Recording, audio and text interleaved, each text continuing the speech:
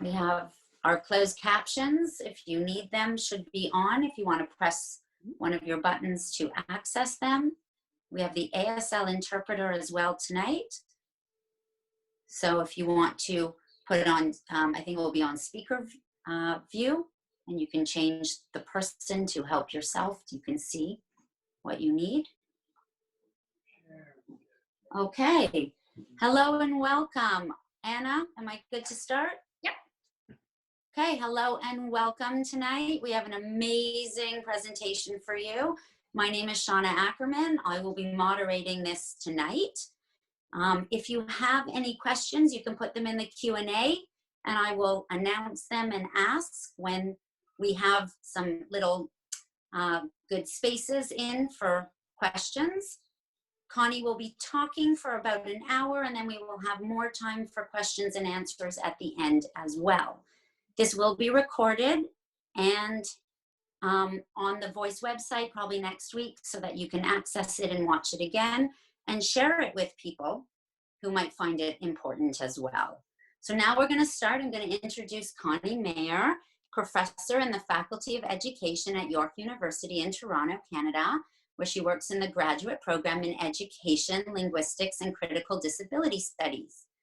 She is co-academic coordinator in the Teacher Preparation Program in the Education of Deaf Students.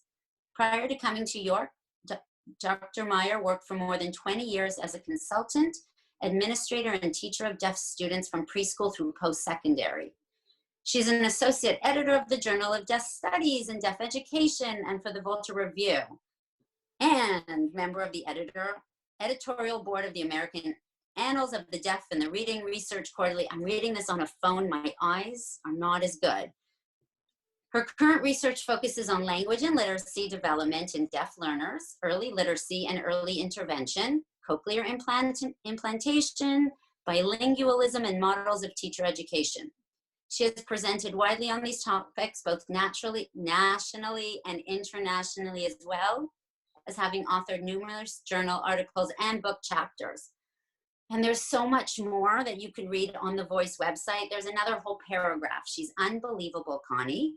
And I was so lucky to have her as my professor when I was in the deaf ed program a long when Emily was 15 years ago. So now we're looking to see at literacy, theory of mind, and deaf learners. Connie, please take it away. Thank you, Shauna. It really is a pleasure to have an opportunity to present in this kind of unusual way. I'm very much a people person and love being in a room with all of you in front of me. So in my mind's eye, I'm trying to imagine all of you sitting in front of me and I can see your faces and expression. But we're going to make, as we've all learned, we were talking about this before we started the session, that we're all getting really used to working on Zoom and all of these new platforms. So that's where we're at tonight, and I'm really excited to talk with you about some recent work I've been doing around theory of mind, literacy, and deaf learners.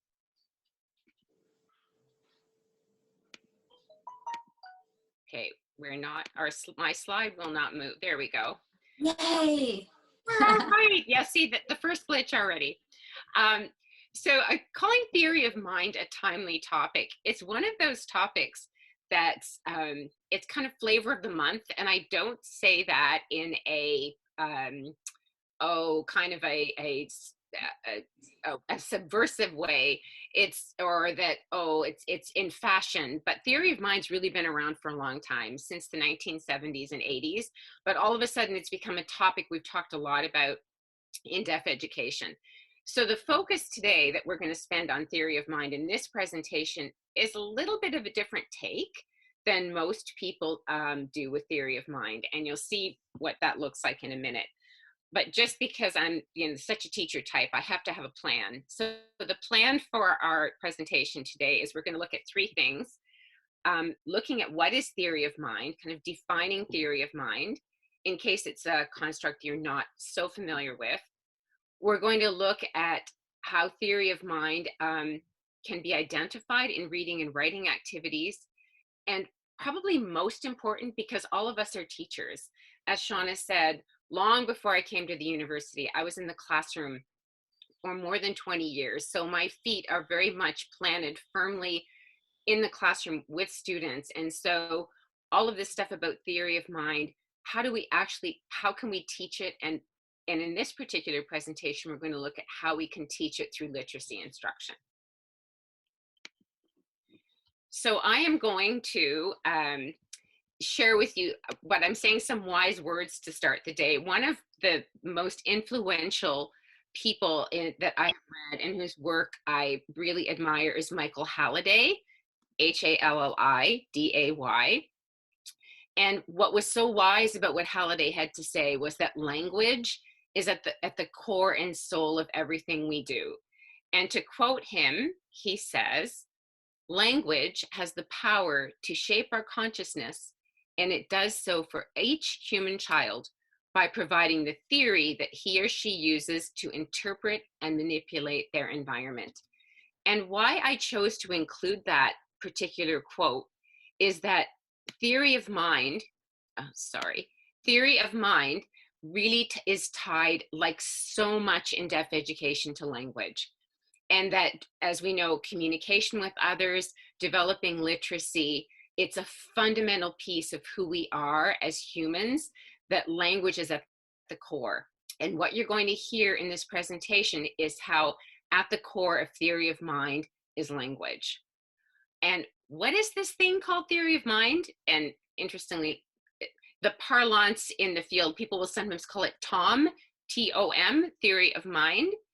And remember, I told you, I wasn't lying. This is a term that goes back to the 1970s, when people talked about theory of mind being the ability to sort of ascribe mental states to oneself and others. Okay, fancy language. Hold that thought for a moment. But it's related to concepts such as understanding people's intentions, desires, beliefs. It's also wrapped up with taking a perspective and having a point of view, around making inferences, and that should probably ring some bells for teachers when you think about teaching reading. Sometimes people talk about theory of mind almost as if it's a bit mystical, and we talk about mind reading. And theory of mind is also tied up with pragmatics. So I'm sure you're thinking now, okay, what's it not tied up with? It's really related to many, many things to do with how one interacts with others in terms of language and communication. It really impacts so much more than we might imagine. And all of this is going to become a lot clearer, I hope, as I present with you with some examples, because that really is where it comes to life for me, is what does it look like in real life, not as an abstract concept. And before I go forward with this, I do want to acknowledge in this whole presentation my Manchester colleagues, Dr. Helen Chilton and Dr. Wendy McCracken. This is work that the three of us have done over the past 2 or 3 years, and I wish they were here with me to present together. Maybe when COVID is over, I'll be able to get back to Manchester and see them so we can continue our work. So when I talk about an example, you probably are wondering why I'm showing you a field of Black-Eyed Susans. I'm going to tell you a little story to kind of put a sense of what theory of mind is in your mind by telling you this tale about Grandma Susan. I'm a grandmother. I hope I don't look too grandmotherly on the gallery view, but I am a grandma. And my grandson, Max, when he was just about 3, a really sad event happened in our family. His other grandma, I was Grandma Connie, his other grandma, Grandma Susan, passed away very suddenly and much too young. And Max understood that Grandma Susan had passed away, and it was very sad for him, but he was 3. So after the funeral, he came to our summer house, and we decided that we would plant a garden for Grandma Susan to remember her. So when we planted the garden, we planted it with Black-Eyed Susans. And so the flowers came up and Max saw them, and those were Grandma Susan's flowers. When we went back to Toronto, he and I were walking in the neighborhood, where he lives in Toronto. And of course, in many, many people's front yards were black-eyed Susans. And Max would look at them and he turned to me and he said, Grandma Connie, isn't it amazing that all these people planted flowers for Grandma Susan? And to me, that is just a really precious example of theory of mind. Because what he didn't know, or he imagined everybody knew what he knew, which is really typical of children at age 3. They can't imagine that someone else's mind is not the same as their mind, that you don't know everything they know. So from his perspective, everyone who'd planted black-eyed Susans was planting them to remember his grandmother. And an example that I have from deaf students that I worked with, and this was students who were about, I would say, 12, 13 years old, and we were going to visit Spadina House, Spadina House, one of those class trips you do as a teacher.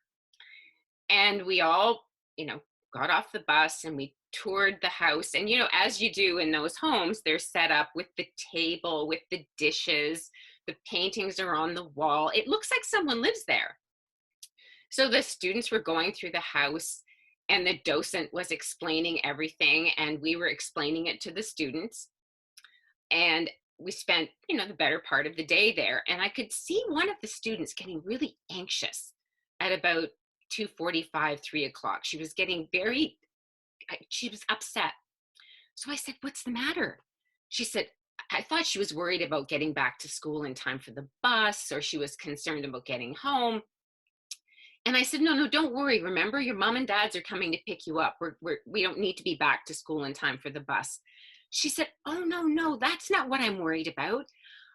We have to leave soon because the people are going to be coming home for their dinner and we're still in their house.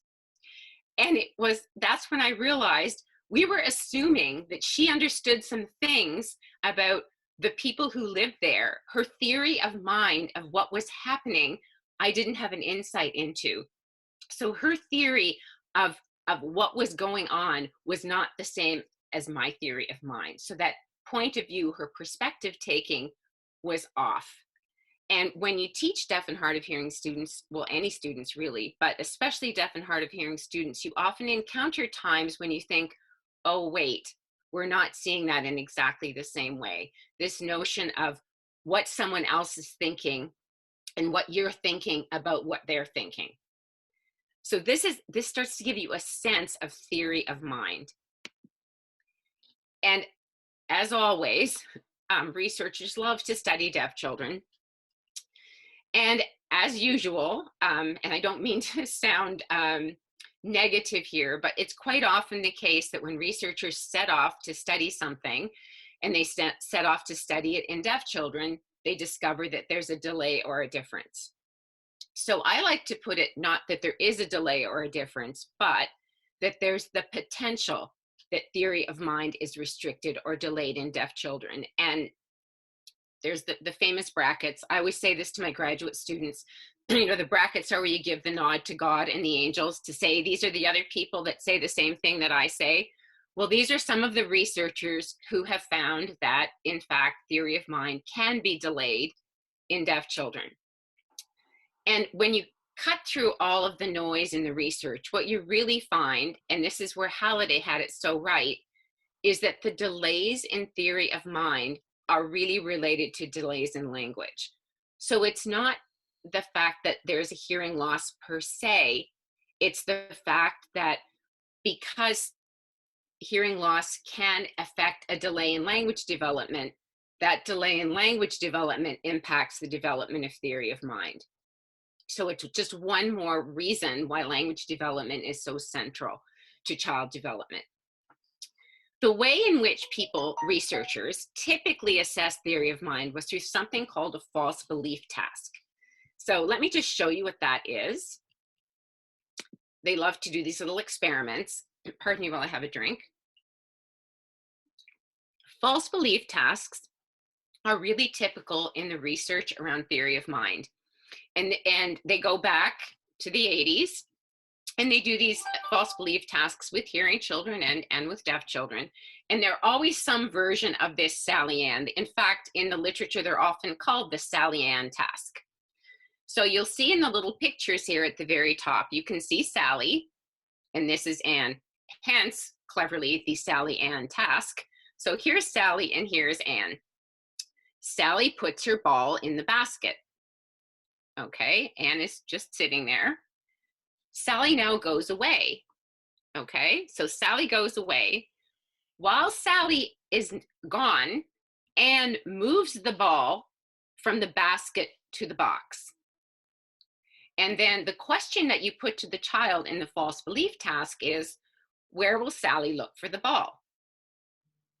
Now, if I had you all sitting in front of me and I could see your faces, I would be asking you, where do you think a 3-year-old guesses Sally will look?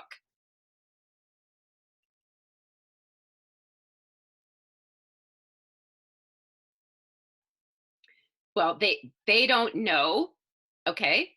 They guess wrong, okay? Because they don't know what's happened. Sally has gone. They don't know that Sally knows what Ann knows, okay? It's the false belief task, okay? This is a standard theory of mind task in research. Where will Sally look for her ball? The 3-year-old children will say she will look in the box because they've seen Ann move it.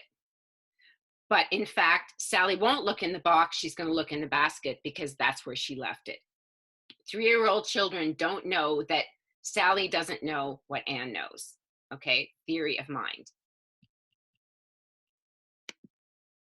So theory of mind is been studied, as I was saying, probably for about 30 years now. And there's domains of theory of mind. The 4 that are typically talked about are affective, meaning you can recognize emotions. Cognitive, meaning you can attribute mental states to people. We'll talk about what those are in a second. And then, well, actually, maybe I'll just mention what they are now just before we go forward. You know what emotions are, but mental states are things like, what are you doing in your head? So things like knowing, thinking, believing, realizing. Mental states, actions that your brain does, okay? Then interpersonal theory of mind is, can you figure out how those operate in others emotional states, others mental states, and then can you recognize your own mental states and your own emotions? Okay, these are the domains of theory of mind. And not surprisingly, like everything else, in theory of mind is developmental. Just like language is developmental, children learn how to walk in stages. Theory of mind is also developmental. And that's an important point because remember the Sally Ann task? It's okay if a 3-year-old gets it, quote unquote, wrong. It's not okay if a 6-year-old gets it wrong. Okay, you're meant to have figured it out by then. So in the stages of theory of mind, we talk about pre-theory of mind from birth to about 4 years, where children will imitate expressions, they'll pretend play, they use emotional state terms like I feel happy. Okay, but that's considered pre-theory of mind. It's only at about 4 to 5 years of age that we start to talk about first order theory of mind, that we can start to think about the feelings and thoughts of others. Okay, I might feel this way, but you might feel differently. Okay, and this is the stage at where children can begin to pass those false belief tasks. That just because I know something doesn't mean that you also know it. You teachers out there, how many times has a child said to you, you've asked them about something and they can't explain it well, and they go, you know, and you say, actually, I don't know, I wasn't there.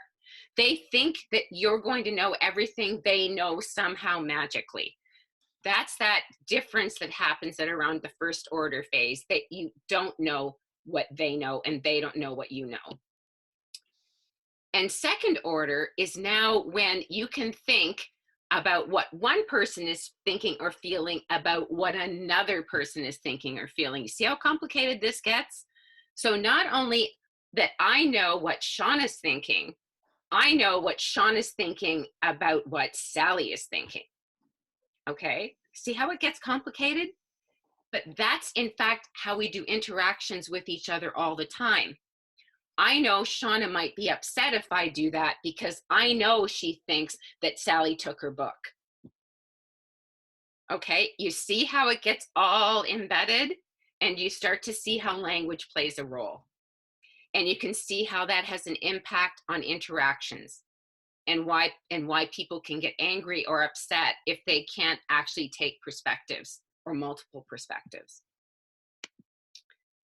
And then after age 8, kind of higher order development of theory of mind, where there are multiple embeddings. So just bear with this sentence for a second.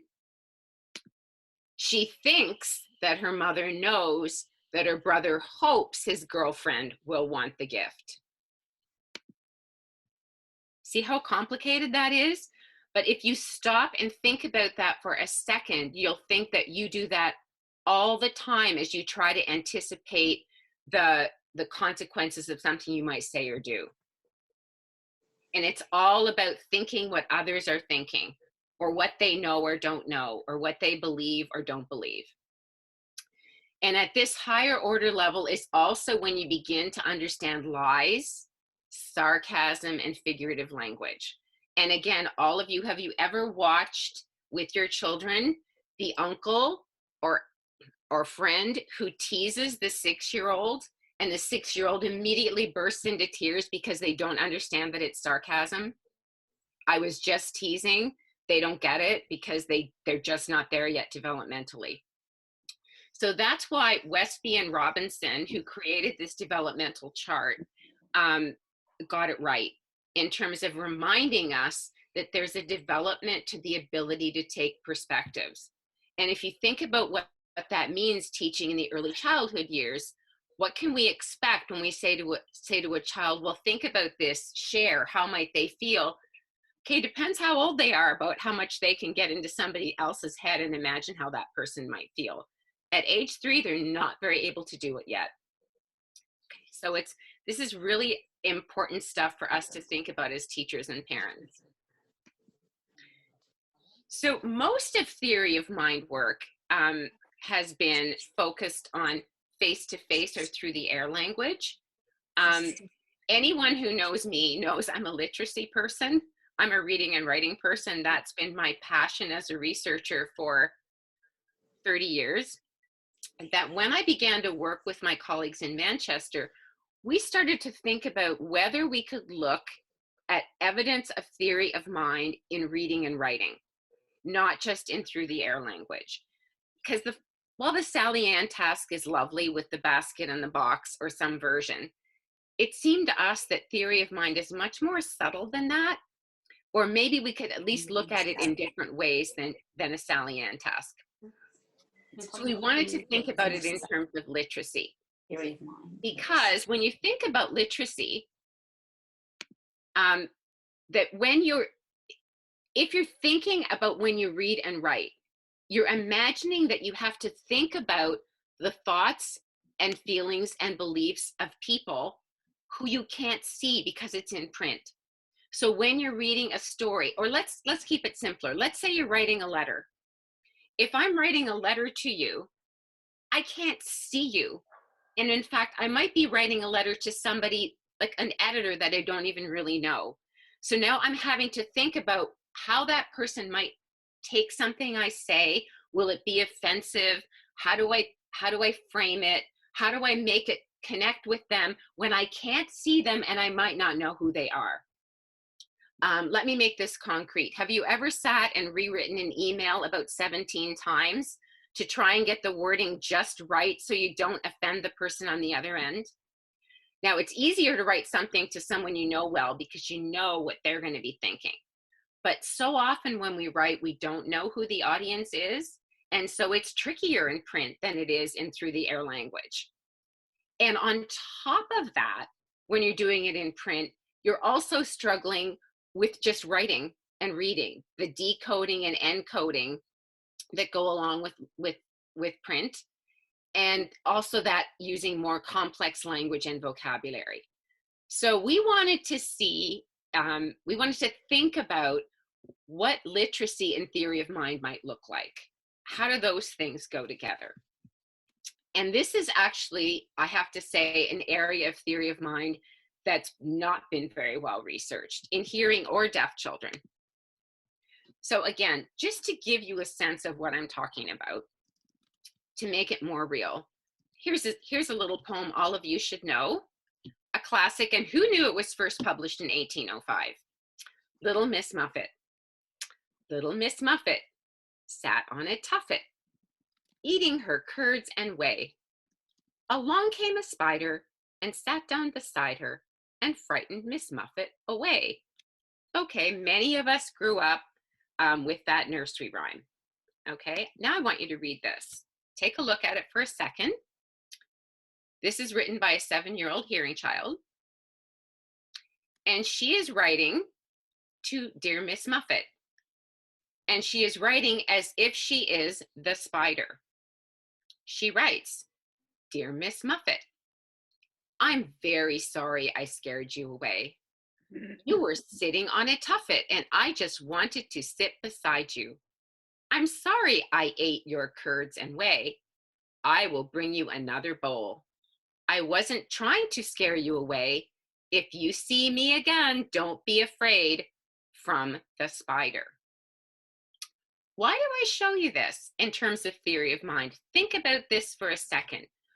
This is a 7-year-old student. Now think about what she has to be thinking to create this piece of text.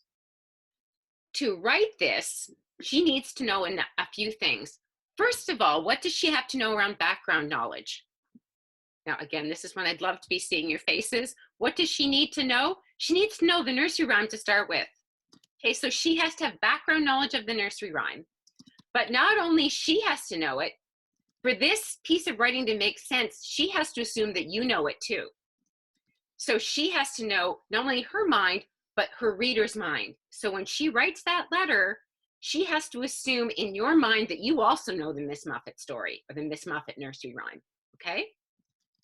But also, when she writes this from the perspective of the spider, she also has to imagine how Miss Muffet feels, okay? Think about what she said if you go back here.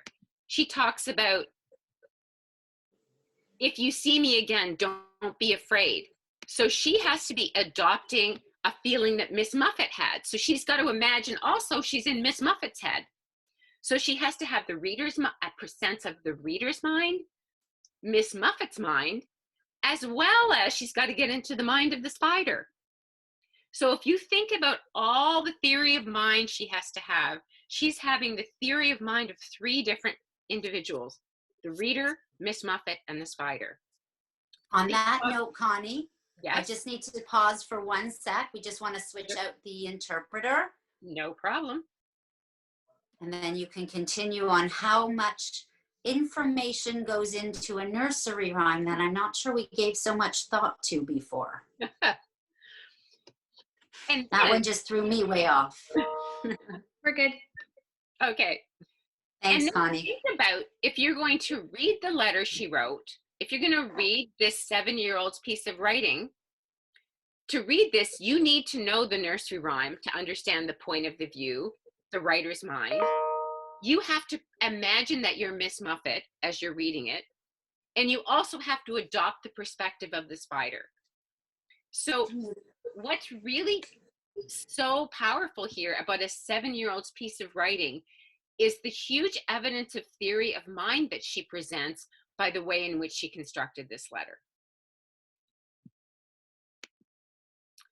So when you think about reading and writing, you're not simply reading and writing words.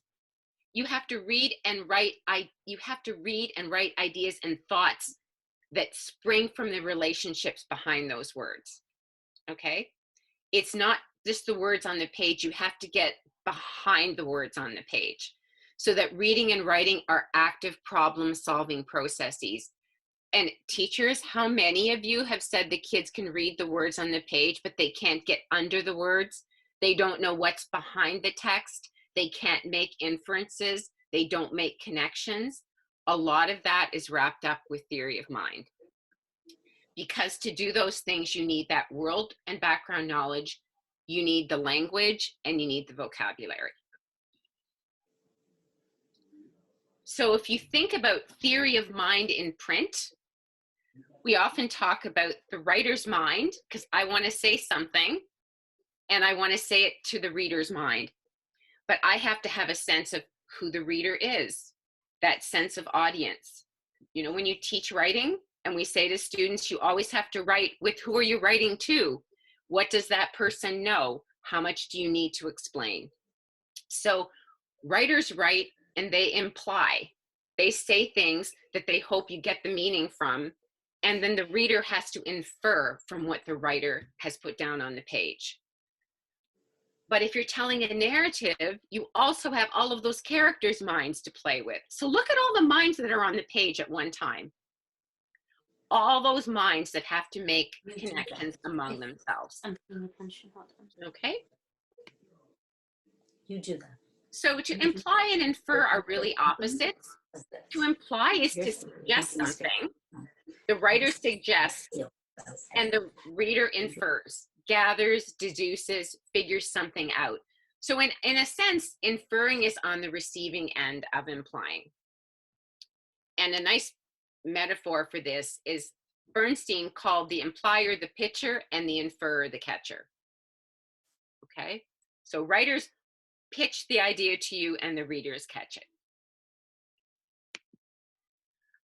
Again, it all makes more sense if you see an example from a student. This is a deaf student writing to his mom and dad, and I want you to see what he's implied and what he wants his parents to infer. He writes, "Dear Mister," he's writing to his dad, "a big hello. I am not happy with you because you said, no, I can't go on the subway to school. I am not happy because my friends go on the TTC to school. I am 13 years old. I can't ride in the school bus like a baby. I like the subway because my friends talk with me, and on the school bus, we are not allowed to talk to other people. Do you understand? I hope you will understand. Well, I am not happy with you and my mother too. T. The school will give tickets every day." What's he implying? What's he want?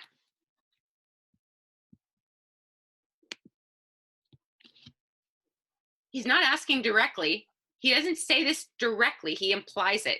He's very clever. What does he want? He wants to ride the subway, right? He wants to ride that subway. He doesn't want to take the school bus anymore because he's big. So he's kind of saying that directly. But to get around it, he's saying at the end, the school will give tickets every day. What's he saying? What's he kind of implying? He's implying you're not letting me go because it's going to cost you money if you let me go on the subway. But guess what? The school gives tickets every day. He wants his parents to infer from that it's not going to cost them anything, that it's a free ride. And so he can get his own way, but he's not saying that directly. He's implying something that the parents can infer. And why I love this was a student I taught. I was so chuffed, as they would say in the UK, because he used writing to get his point across. He used it as a powerful way to communicate with his parents to say, here's what I want. So what do we know about research and theory of mind and literacy? Not a lot. Reading and theory of mind in hearing kids, there's only a couple of little studies, just a couple. And with deaf students, there's just only been a handful. Some with my colleague Helen Chilton and a couple of other people. Very, very few studies that have looked at theory of mind and reading. Theory of mind and writing, even less. There's one study by Brown and Klein, and that was on hearing autistic adults. And the only work I'm here to tell you at the moment, and theory of mind and writing, is the work that we've done in Manchester. People just haven't thought about looking at theory of mind and writing. So that's what I want to share with you today, because the kids are amazing. And for me, one of the things that gives me the greatest pleasure is when I can see deaf students doing well and we can show that. And more importantly, show it, and then how do we support it and promote it? So Marr and Oatley, in the work they did do with hearing kids, found that reading fiction really helps augment the capacity for empathy and social interaction. In other words, a fancy way of saying when you read books with kids and you discuss books, you develop theory of mind. And let me show you, this is not my work. This is a little bit of Helen's work, Helen Chilton's work. We're going to talk a bit about reading first and then about writing, because both Helen and I feel really strongly that all this theory of mind work and false belief tasks are really interesting. But if we can't bring it from the research lab into the classroom, who cares? Okay, it's all about being able to make it real and make it a work in the classroom. So the three things we're going to talk about briefly today are shared reading, the use of wordless books, and writing and role as ways to develop theory of mind.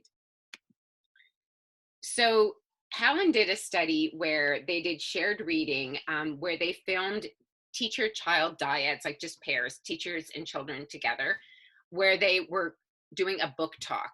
And the teachers guided the book talk in particular ways towards thoughts and feelings. And these were with deaf children between 4 and 8 years old, right in that sweet spot where kids are beginning to develop theory of mind to around age 8 when it should be fully developed. Okay. So the story that they used was the Gruffalo. Again, I wish you were all in front of me. Raise your hands if you know the story of the Gruffalo. Yes, hands raising. I've done this talk in the United States, and I'm here to tell you that nobody in the United States knows the Gruffalo. Yeah, shocking, right? They don't know the Gruffalo. How can you not know the Gruffalo? But the Gruffalo story is a great story for working on theory of mind. And if we had a lot more time, we could sit with piles of books and decide which books are better for having conversations about concepts that lead to theory of mind. The Gruffalo is great because, as we know, it's a tale of trickery. Appearance is not reality. Okay, we pretend there's a thing called a Gruffalo for a while. Someone is lying to save his own skin. Okay, it's a clever tale of trickery. Obviously, you can have a surface level discussion about the book, the vocabulary to describe the emotions.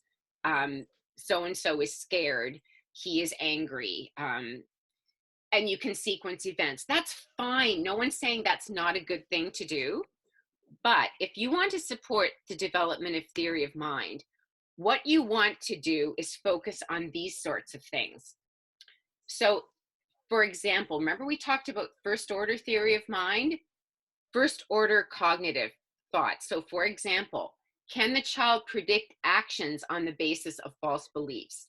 So, for example, in the story of the Gruffalo, we can see that the fox will run away because he believes the mouse. See that mental state verb, believes? And we can, we can understand not only what people see, but how it appears to them. So at this point, there's no evidence of the Gruffalo, but the fox still thinks he should be afraid of it. So do you see how the kind of conversations that you can be having with a child while you're working through this book can support the development of theory of mind? First order affective is things like identifying a character's feelings and emotions by what they think is true. So in fact, it might not be true, but the character thinks it is. So for example, the fox runs away feeling scared because he believes the Gruffalo eats roasted fox. And then second order cognitive is when it gets even more complicated. The mouse believes that the fox believes there is a Gruffalo. He knows he is doing a good job of tricking him. And second order affective, the mouse believes that the fox feels scared of the Gruffalo. Do you see how it gets more and more complicated? But you also see how the language gets more and more complicated. If we go back here And here's something for you to think about. Can you think about second order cognitive theory of mind? Can you have this idea if you don't have that complexity of language? If you can't do those embedded clauses? Just something to think about. So it goes back to what Halliday said in language. And then higher order skills, those understanding strategies to hide deceit and to detect deceit. The Gruffalo is suspicious and agrees to follow the mouse in a bid to finding him out. The mouse knows that if both of them believe him, he will be successful in his trickery. Do you see how complicated the Gruffalo story is? And then the way that you can lie to make yourself look good in the eyes of others. I'm the scariest creature in this wood. So all of this to say, look what you can do with the Gruffalo. And what Chilton and Beasley found in this work they did with reading and reading books to support theory of mind development is to have lots of conversations in the way that we just described about those experiences. They talked about thought bubbles and speech bubbles. We'll talk more about those later, but that what you're thinking isn't necessarily what you're saying. Lord knows that we shouldn't always say exactly what we're thinking. And we all know that sometimes our children do. That we have overt discussion and questioning of theory of mind concepts. And also to use those mental state words. Do you know that or you just think it? Do you believe it or do you know it? There's a difference. And if you've worked with younger children, you'll see that sometimes, if you've supervised at recess often enough, do you know that he stole your hat or you just think he stole it? There's a difference, and kids don't often, they're not so subtle in some of that mental state language. Role play is a great way to develop theory of mind for young children. And as we said, also considering foreground and background of the story. Now, what is the most fun for me today is actually to talk to you about the study that I did in the UK with my colleagues, Helen and Wendy. And it was a study where we had, which again, isn't huge in the world of studies, but in deaf education, it's a pretty good N or number of students. We had 43 deaf kids between the ages of 8 and about 12. And we chose that group because these are students who should be fairly solid in having theory of mind. So that we wanted to look at it, though, in written work, not in through the air language. These were all kids in mainstream settings, and they all used spoken English as their primary language of communication. And we collected two kinds of data. We collected a narrative from a wordless picture book and an activity where we did writing and role. And so I'm going to share those with you and some examples from the students because we were really pretty impressed by what the students were able to do. So the wordless book we used, and if you don't have this book, you should go out and buy a copy because it's just a wonderful wordless book. Wordless books can be great for theory of mind, and this one's called The Chicken Thief. I don't have time to play the whole book for you, but if you Google it on YouTube, you can find a lovely rendition of The Chicken Thief with a musical background if you're interested in the whole experience. But basically, the story of The Chicken Thief is that there's a group of animals, for some reason, having a picnic. And whilst they're in the midst of their picnic, a fox comes and steals a chicken. He steals the chicken away from the party. And the fox and the chicken then make their way away. But while they're making their way away, they kind of become friends in an interesting sort of fashion. They establish this relationship. While they're establishing this relationship, all of the chicken's friends, though, are quite upset. And they think that the chicken's been abducted and is in mortal danger. So they follow the chicken and the fox. That's basically the gist of the story. The chicken and the fox make their way to a safe harbor. And at the ending of the story, I'm abbreviating here, but at the ending of the story, all the animals come, they found the chicken, and to their great surprise, the chicken actually is very happy with the fox in a complete turnaround that they did never imagine. They thought that the poor chicken was going to be upset and sad when in fact the chicken that wasn't the story at all. The chicken, in fact, was very happy. That's kind of the story in a nutshell. What we had the students do was write a narrative for the wordless book. And then let me just explain that a little bit more before I show you the examples. So we had data collectors go out, and they were all teachers of the deaf, because they're the best data collectors ever, I'm here to tell you, because they know how to work with deaf children. And they shared the book with the student, went through the pages. They did not prompt the child in any way other than to turn the pages, what happened next, what happened next. And then the students wrote stories for us. And so we had a stack of 43 narratives from the wordless book. And I'm not used to running this on the screen, so bear with me. Okay, so what we did was we analyzed all the writing samples to see if we could find evidence of theory of mind. Okay, so I want to show you this example from a student who's 8 years old. She is a hearing aid user with a bilateral severe loss. And we put the original samples up there so you can see this. She's got lovely handwriting. Some of the students could write beautiful stories. They were really good stories, but they didn't evidence theory of mind. So for example, this student writes, and then they were at the top, and the fox and the chicken went to sleep again. And then he got a boat, and the people got on them, and then they got out of the water and looked inside the window, and then they went in and they were together.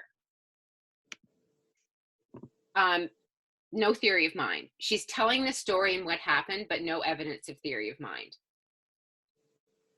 I should also say these are all uncorrected samples. We did not fix anything. This is the children's original English. Here's an example of early theory of mind where some emotions are identified. So this student is a bilateral CI user who's 10 and a half. She writes, rabbit and chicken getting angry. So she starts to attribute emotions. This is early theory of mind. Oh, come on. Here we go. Now, first order is when you begin to attribute thoughts and beliefs to others. So this student is a hearing aid user who's 10, and she writes, a fox stolen a chicken. Everyone thought he was going to eat the chicken. So do you see how there's a mental state verb, and what everyone thought is she's ascribing thoughts to the characters. Okay? And second order, I love this is, you can tell it's from the UK. They burst in whilst the duo were drinking tea. They were furious, Wilma explained. She and Mr. Fox were a couple. Wilma's the chicken, by the way, in case you're wondering. This student named all the characters. Wilma explained. She and Mr. Fox were a couple. Brittany was confused, Connor fainted, and Robbie was gleeful. Everyone was happy except Connor, who was still mad. Second order, do you see the conflicting emotions? And here's another example of second order from a student who's almost 12, hearing aid user. Shortly after that, the chicken explained, no, I refuse you to take me home. This fox has been lonely for 6 months and he wants me to be his friend. And then this was a lovely example of a student who was able to get into the mind of not only the characters, but the reader. So think about how clever this is in terms of theory of mind. Out in the vast ocean, the fox and the chicken, or shall I say McChicken because of his sunglasses, rowed in the boat towards the fox's island. Now, what does he have to know about the reader? That the reader would get the McChicken reference, okay? So this writer is not only getting into the heads of the characters, he's imagining who the reader of his text is. So that's a sense of audience, higher order theory of mind. Is that kind of making sense? That yes. Through how students write, you can get a sense of where their theory of mind development is by looking at their written language. And the other activity we had the students do was to write in role. And I don't know if you've ever thought about this as a teacher, but when we ask students to write from a perspective that's not your own, write as if you're somebody else, that's a huge theory of mind task. You're asking them to be somebody else. Think like another person. It's like when you play in the dress-up center and pretend you're not you. That's theory of mind. Act as if you're not yourself. So this is now write in role, write as if you're not yourself. And that's where you have to have the sense of voice of another person. You have to get into their mind. And it's a personification of that person where you adopt a different point of view. So what we had the students do was we used a really well-known story, Goldilocks and the Three Bears, because we assumed, remember we said background knowledge, have been saying that a background knowledge comes into this. We assumed that all of them would know Goldilocks and the Three Bears, that this would be familiar to them. So the task that we put to them was, you can write a letter from any character to another character in the story. You can be Mama Bear, you can be Goldilocks, you can be any of the characters, and write a letter to someone else. Okay, so this is what we got. There we go. And what we looked for was evidence of ability to write in role, to take on another's theory of mind. So this student wasn't so successful. It's a good letter, but she doesn't really evidence any writing in role. Dear Goldilocks, I am writing to you because she ate your nice porridge, and after that she broke in the chair, and then she fell asleep in your bed, and then she got out of your bed in the morning and ran out of your house. From Daddy Bear. She is not really able to take on the role of Daddy Bear. She's not writing in the voice of Daddy Bear. This is not writing in role. Some students had minimal evidence of writing in role. Oh, honestly. This student has a severe bilateral loss, hearing aid user. She writes, Dear Bears, I'm so sorry I went in your house. I was looking for food. I'm so sorry I eat your food. I'm so sorry I broke in the chair. I didn't mean to.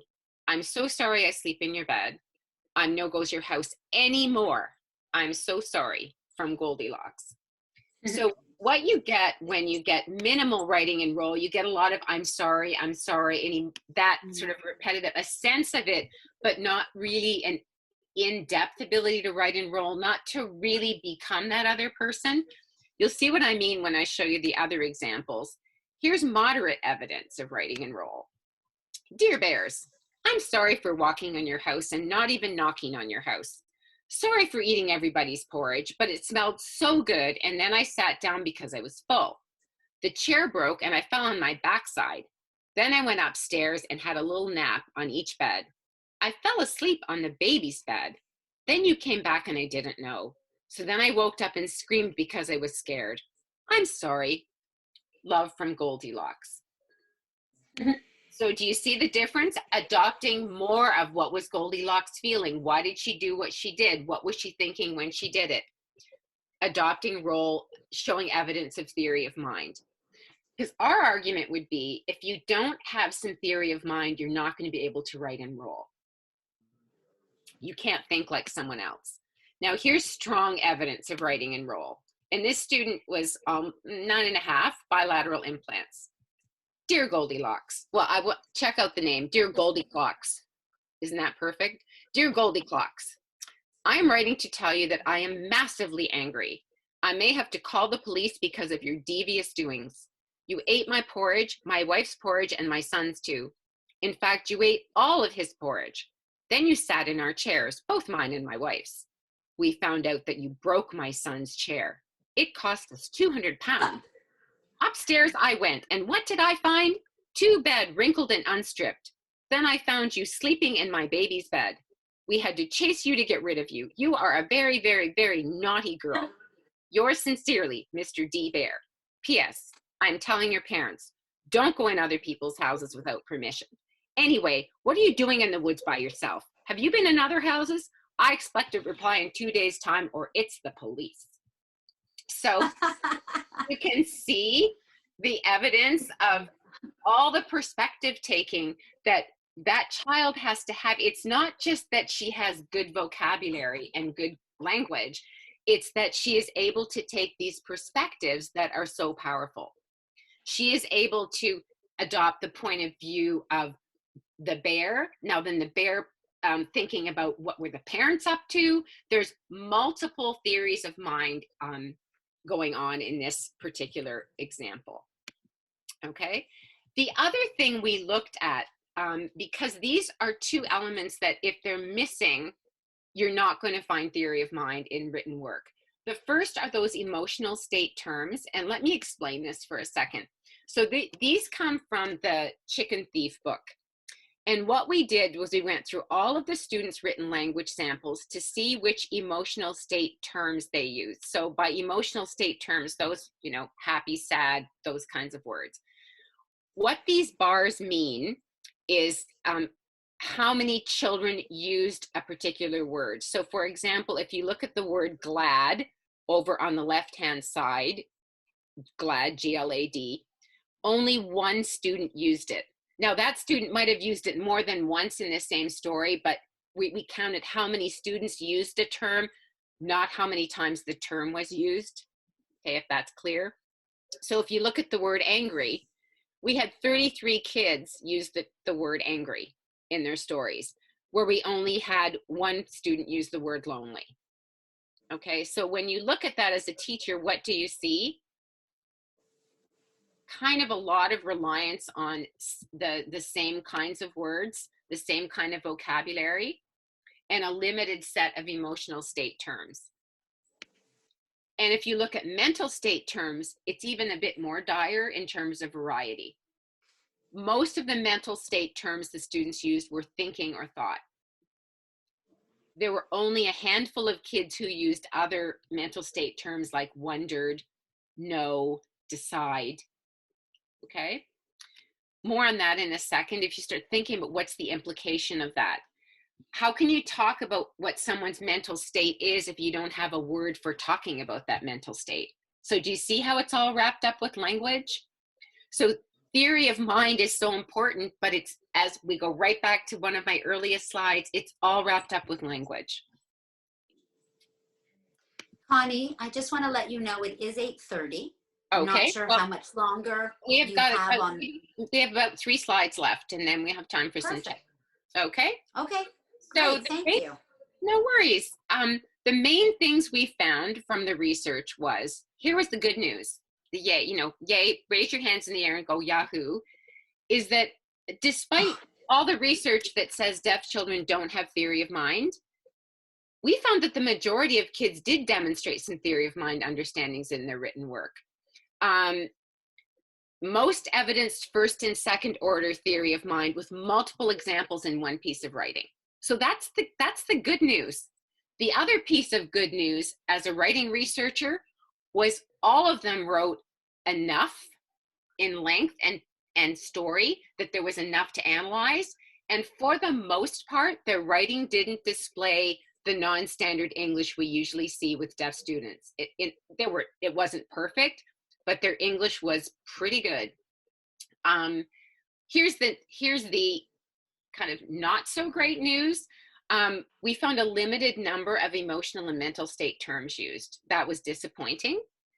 The other interesting piece is we didn't necessarily find the older kids did better than the younger kids. In other words, the 11 and 12-year-olds weren't necessarily better than the 8 and 9-year-olds.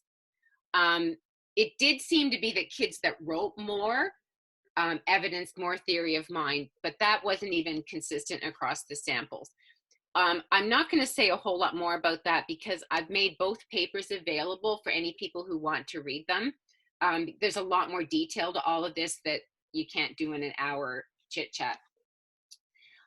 Connie, I'm sorry, I'm just going to interrupt again. We just want to switch over the interpreter one more time. Thank you again for your volunteering today. Appreciate it. Thank you.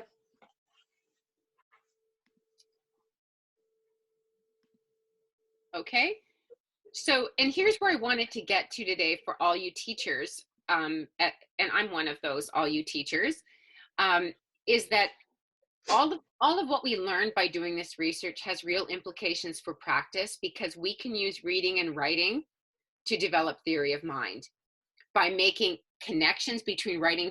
When you write for an audience, that alone is a theory of mind. You have to have a sense of what your reader knows and doesn't know when you're writing to them, so you know what you're going to put down on the page. And practices such as shared reading and using wordless books and using a wider range of emotional and mental state terms would help us do a better job at supporting theory of mind development. Those speech and thought bubbles that we talked about, here's one that we did use with the Gruffalo book. What I'm thinking is not always what I say, and what I say is not always what I think. So you can imagine as a teacher how you could use a thought bubble when you were talking about a story to have a character's thoughts on the one side and what they're saying on the other. And then overt discussion. And I won't read all of these to you because you can follow up later. But it's when you're doing a shared book reading or a book discussion with children that you go behind the words and not just talk about what do you see on the page or what happened next, but to ask those theory of mind questions that get the children thinking about what others are thinking, what motivations for actions are, and then using those mental state terms that get at that, because we did find that the students didn't have the vocabulary to talk about what people were thinking.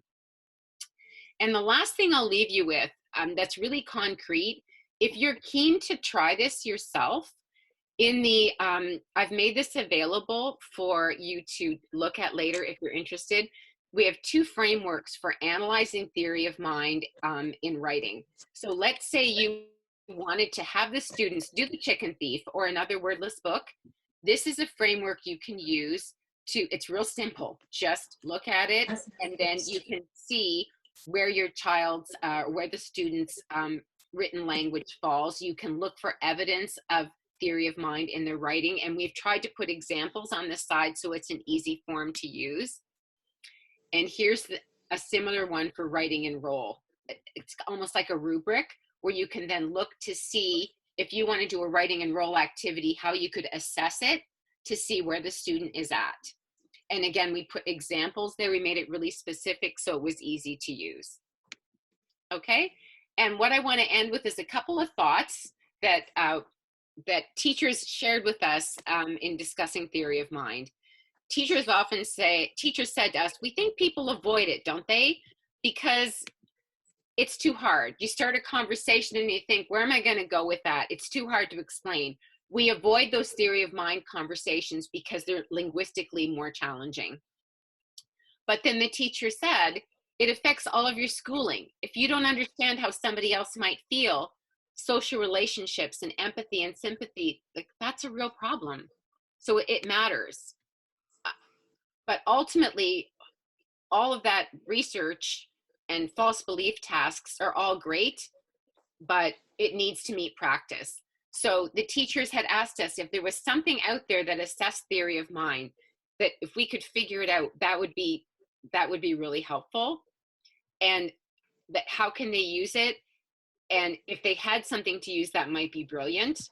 So part of what we tried to do was to entertain the option of providing something teachers can use by giving strategies of things you're already doing, like writing and roll or playing in the drama center, but then thinking about how those support theory of mind development, because it sounds like it's something so esoteric when really it's the bare bones of it's at the core of almost everything you do in every human interaction.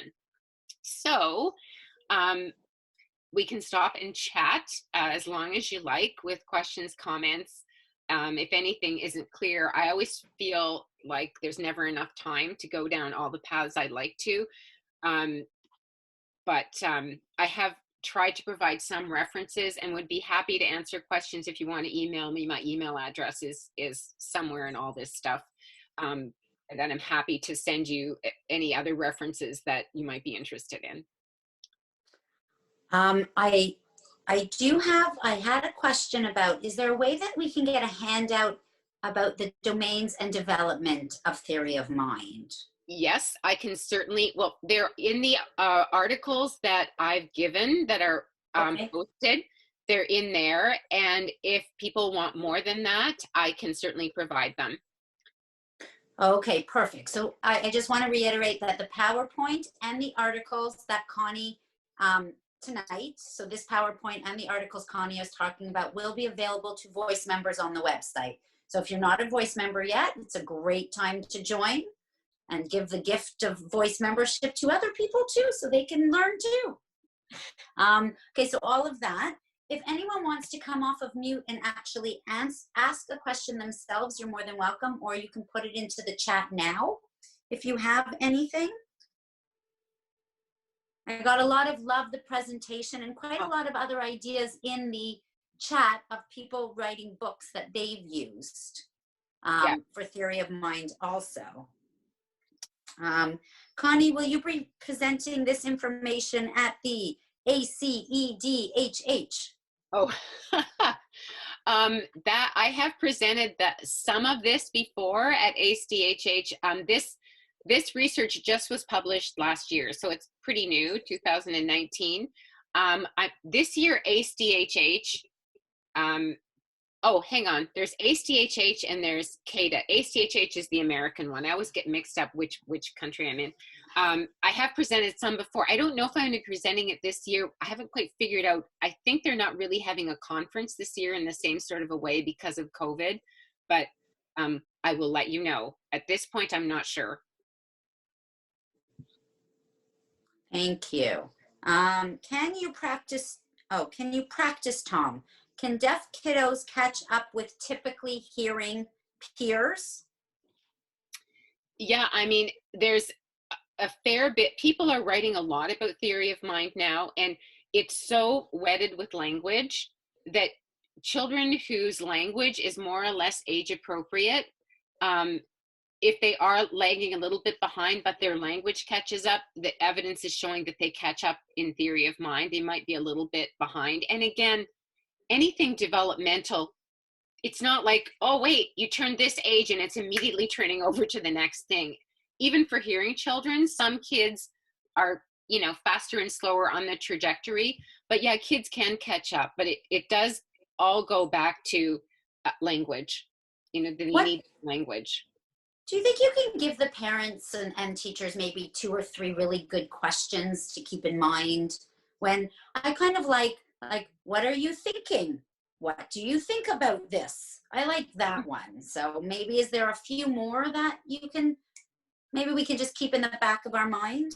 Yeah, I think the questions, and also also around the vocabulary around mental states, the difference between knowing something and thinking something. Do you know that, or do you just think it?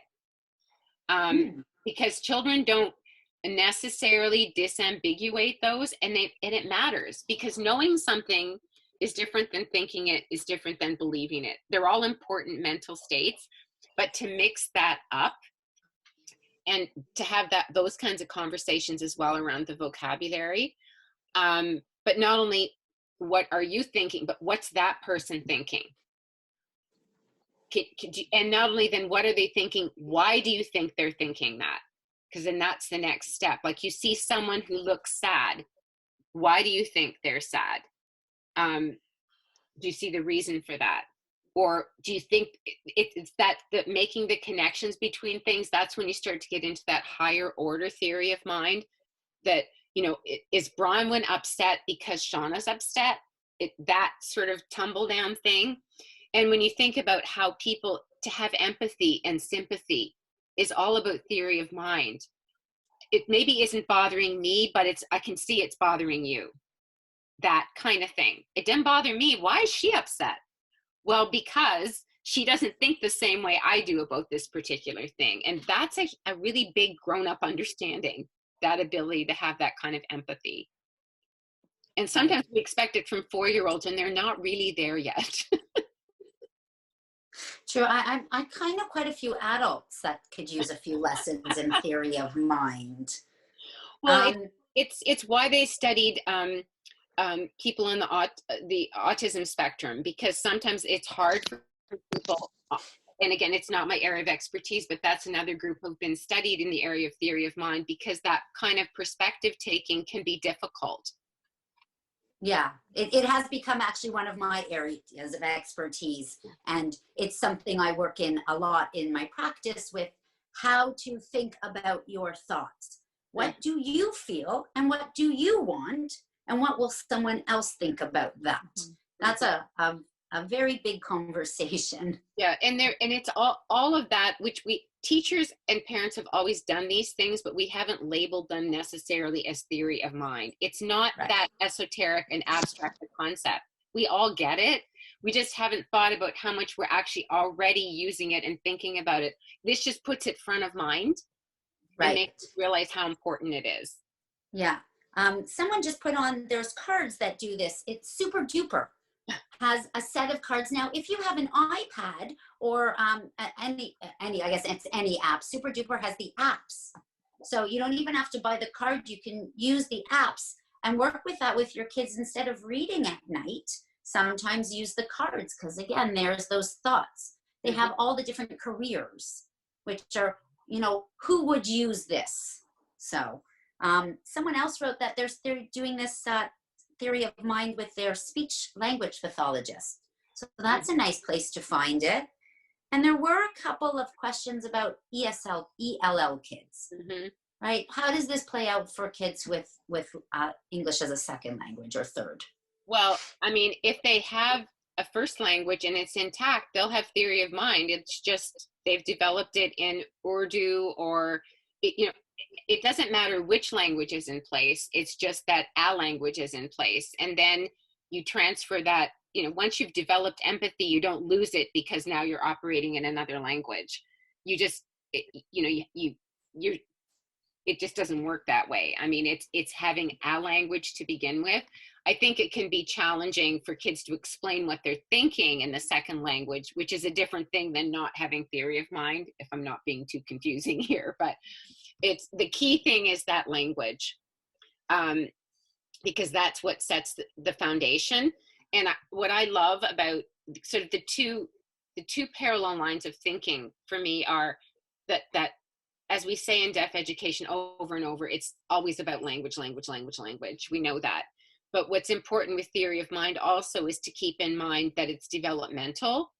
And so that we have to understand then how language ties into that. And we don't expect a 3-year-old to have a fully developed theory of mind because their language isn't there yet and they're not cognitively there yet.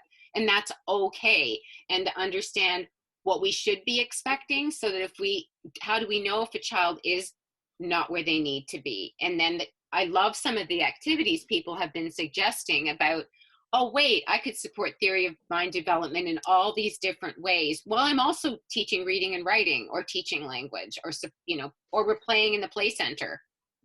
So it's a lot of initiating, question asking that are, well, in York Region, well, I don't know, in some of the other boards, it was thick and thin questions, right? So the thin questions are like, what are you doing? The thick questions are, why did you choose to do that today? Tell me about it. So getting the higher level thinking in your question asking. Yeah.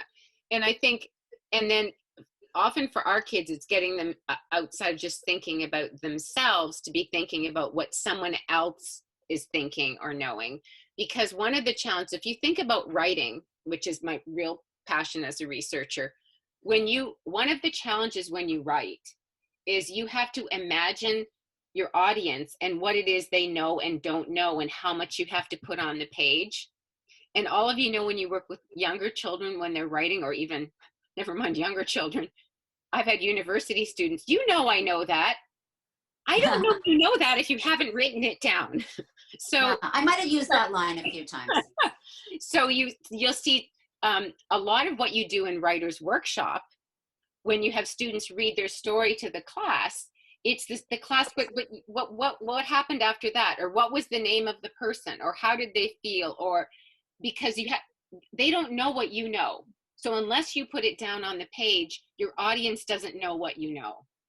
So, and through the air language, you pick up a lot more from cues and you can do conversational repair in the moment. Oh, you didn't understand, let me explain. When you write, you don't get that opportunity. You have one chance to get it down. You press send and the email goes, or the letter goes, or it's written, it's done. And so it's more challenging to get into the head of the other person. And I think all students, including our deaf students, sometimes have trouble taking the perspective of the other, how someone else might be thinking about something. Yeah. Which is, I wouldn't say more important, but just as important as how you're thinking about something. It's understanding what's in another person's mind. Perfect. Thank you for that. That was absolutely wonderful. And thank you for all the time you took. Oh, Thank you for everyone attending and for the interpreter. Again, I'm sorry. I think Mel, this one is Mel. All of this will be on our Voice website. If you are not a member and you don't want to join, you could email Voice and I think they can find you the link. And again, thank you so much, Connie. That was so incredible. I loved it. And we'll keep learning from it. We'll have you back next year and we'll tell you all the things we've been doing. My son loves the Gruffalo. It's her favorite. There you go. Who doesn't love the Gruffalo? I know. Every time It's a great one. I love it. Thank you. Thank you. Lots of thank yous and great in the chat. I don't know if you can see it, Connie, but people it was great. Thank you, Connie. Thank you. That was amazing. Amazing. Thank you.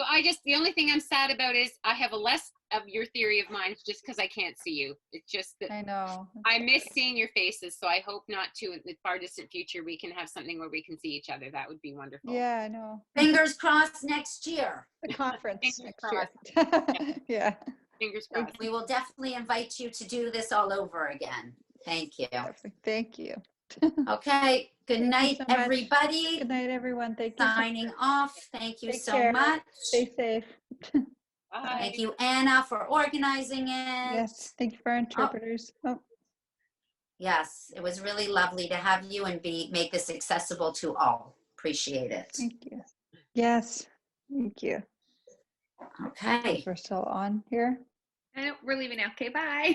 Okay.